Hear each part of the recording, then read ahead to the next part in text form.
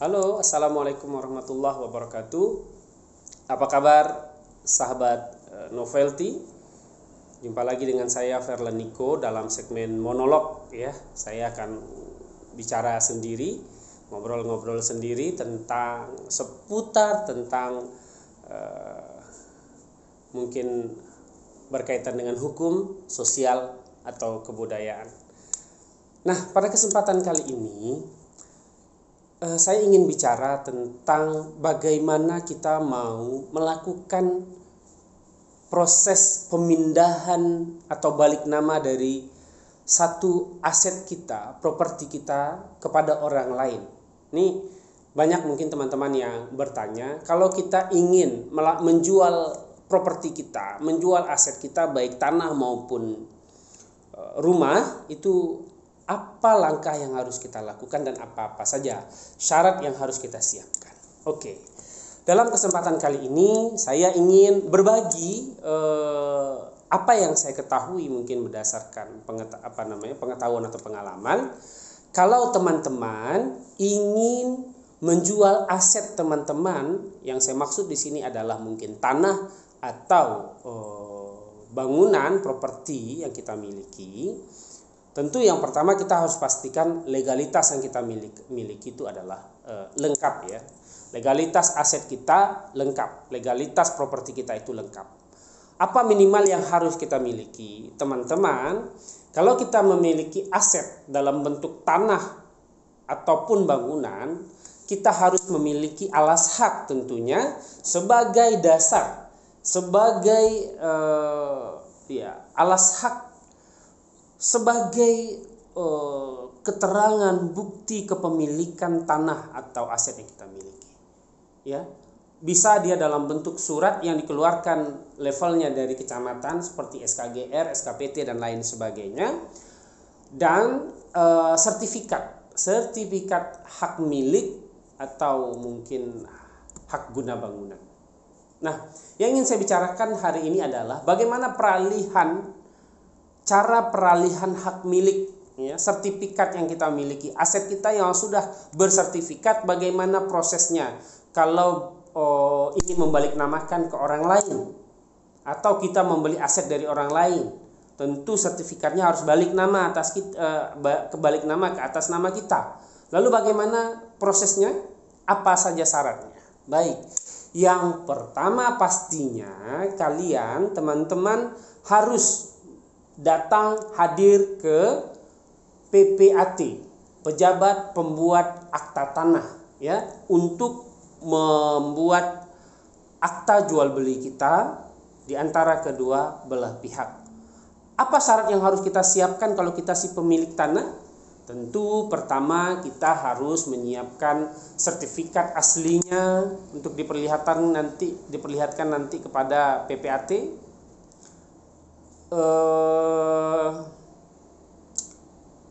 Identitas ya, kalau kita sudah berkeluarga tentu identitas KTP, KK, surat nikah suami istri yang menunjukkan bahwa itu harta dari suami istri ini dan kedua belah pihak antara suami dan istri sepakat ingin menjual kepada orang lain. Ya, jadi legalitas administrasi pertama adalah KTP, KK, surat nikah, termasuk mungkin NPWP itu harus disiapkan, dan sertifikat asli tanah milik kita. Kalau dia ada bangunan, tentu lampirkan izin mendirikan bangunannya. Nah, dan jangan lupa ada PBB namanya, pajak bumi bangunan ya. Nah, syarat-syarat ini KTP, KK, surat nikah, NPWP, sertifikat tanah, PBB ini nanti dibawa, ditunjukkan, diperlihatkan kepada PPAT, pejabat pembuat akta tanah. Diperlihatkan, lalu setelah dilihat lengkap, ingat KK, KTP itu suami istri harus menghadap apabila harta itu diperoleh selama pernikahan. Lalu nanti kita bawa ke PPAT, PPAT akan cek syarat itu semua, sertifikat akan dicekking di BPN, lalu kita nanti membawa si pembeli juga ke PPAT, baru di situ dibikinkan AJB, akta jual belinya. Setelah AJB itu selesai, maka saran saya serahkan saja ke PPAT, nanti PPAT yang akan memprosesnya ke BPN. Lalu nanti di BPN apabila sudah lengkap semua syarat diterima oleh BPN, kita tunggu siap saja nanti sertifikatnya itu nanti akan keluar ya atas nama si pembeli ya. Nah, jangan lupa nanti ada pajak-pajak. Selain PBB tadi, PBB ini gunanya juga nanti untuk ngecek ZNT, zona nilai tanah, NJOP-nya berapa per meter. Nah, nanti ada ada pajak yang dikeluarkan masing-masing pihak. Ada namanya BPHTB. Jadi biaya perolehan BPHTB, biaya perolehan hak tanah dan bangunan, ini ada pajaknya. Artinya BPHTB ini adalah pajak yang akan dikenakan kepada si pembeli. Jadi orang yang membeli properti, baik dia tanah ataupun ada bangunan di atasnya, rumah ya. Nanti dia setelah AJB ini dilakukan di PPAT, nanti kita akan dikenakan pajak BPHTB, biaya perolehan hak tanah bangunan. Karena si pembeli memperoleh tanah atau bangunan, maka dia dikenakan pajak dari transaksi AJB dari kedua belah pihak ini, dari transaksi jual beli ini. Nah, rumusnya ya NJOP, ini rumus pajaknya ya, rumus BPHTB. NJOP dikurang 60 juta dikali 5%. Ya, setahu saya itu rumusnya. Silahkan hitung sendiri nanti NJOP-nya. NJOP yang dinilai, yang disepakati nilai transaksi itu dengan Dispenda, Dinas Pendapatan Daerah. Saya ulangi, rumus BPHTB, ya, pajak BPHTB, pajak si pembeli, yaitu BPHTB, biaya perolehan hak tanah bangunan adalah NJOP dikurang 60 juta dikali 5%. Itu pajak si pembeli.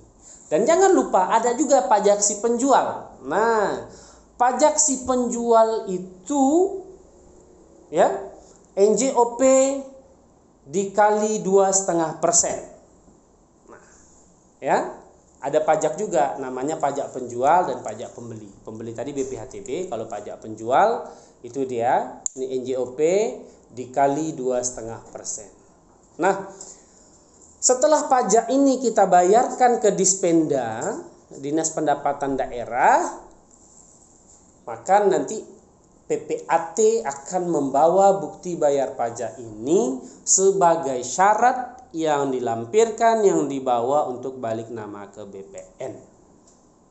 Di BPN selesai, tunggu saja selesai, dikerjakan oleh PPAT kita, tunggu selesai.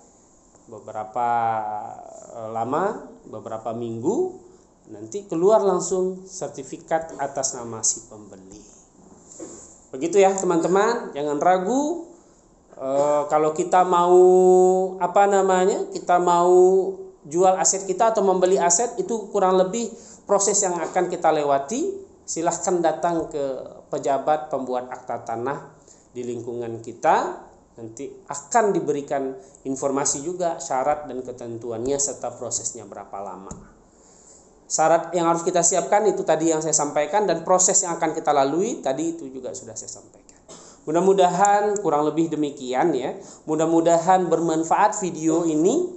Apa yang saya sampaikan ini, kalau ada kekeliruan mohon maaf ya, kalau ada kesalahan mohon maaf, tapi setidaknya secara umum itu proses yang akan kita lewati, itu syarat yang harus kita siapkan kalau kita mau membeli aset atau menjual aset kita, terutama yang sudah sertifikat ya, supaya kita tidak gagap lagi ya. Demikian, mudah-mudahan video ini bermanfaat.